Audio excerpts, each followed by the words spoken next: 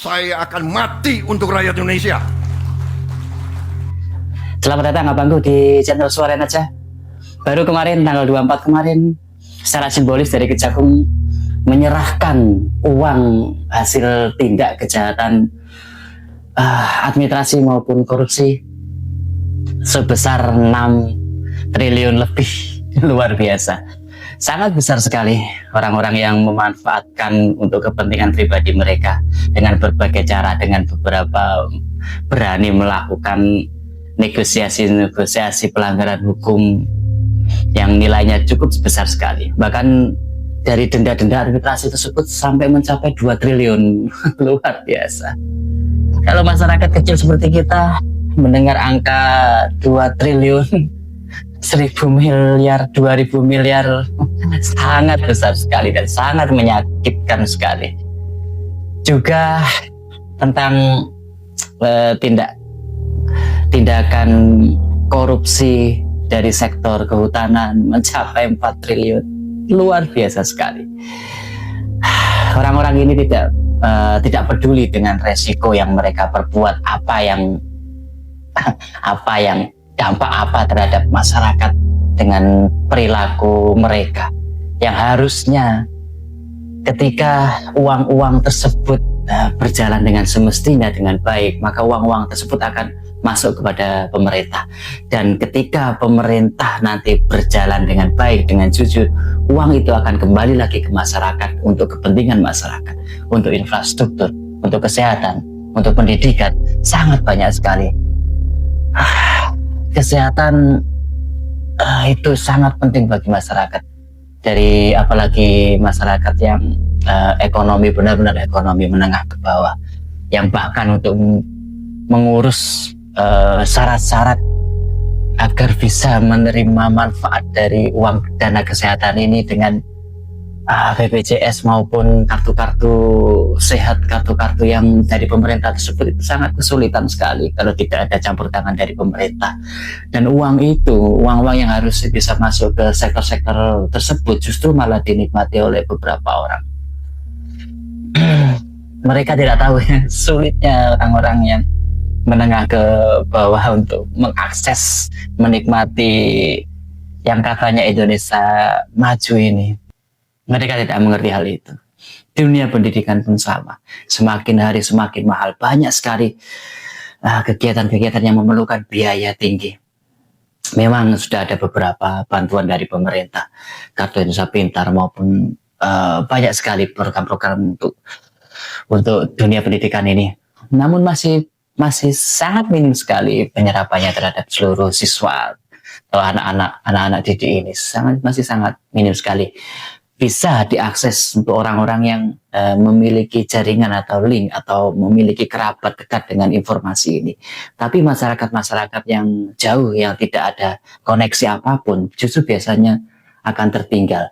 Dan kita tidak bisa menyalahkan dari pihak sekolah untuk bisa mendapatkan data secara valid tersebut, karena memang semuanya terbatas. Dari dunia pendidikan pun, dari gurunya maupun dari administrasi sekolah, memang semuanya terbatas. Dan sudah seperti tidak ada waktu untuk membuat database yang baru untuk mendata semua itu. Bahkan di kelurahan sendiri pun datanya masih belum valid. Masing-masing kelurahan, desa itu semuanya masih belum jelas, belum sempurna. Meskipun sudah jalan tapi belum sempurna, belum secara real memberikan data kependudukan ini. Banyak hal-hal seperti itu, apalagi infrastruktur yang setiap hari berhubungan langsung dengan masyarakat. Yang kemarin masih ingat demo desa kemarin, padahal di desa-desa mereka sudah berpuluh-puluh tahun dengan dana yang segitu besar, ya tidak ada kemajuan yang signifikan. Ada, tapi memang sangat sedikit sekali, dan jauh lebih banyak yang belum memaksimalkan dana tersebut, atau bahkan mungkin ada kebocoran. Jika berani diaudit satu persatu semua desa, semua perangkat desa, bagaimana laporan keuangannya, maka akan selalu ada tanda kutip yang tidak bisa dijelaskan, itu pasti.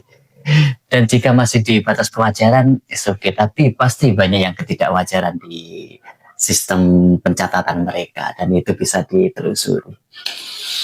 Kembali lagi yang 6 triliun tadi, luar biasa sekali.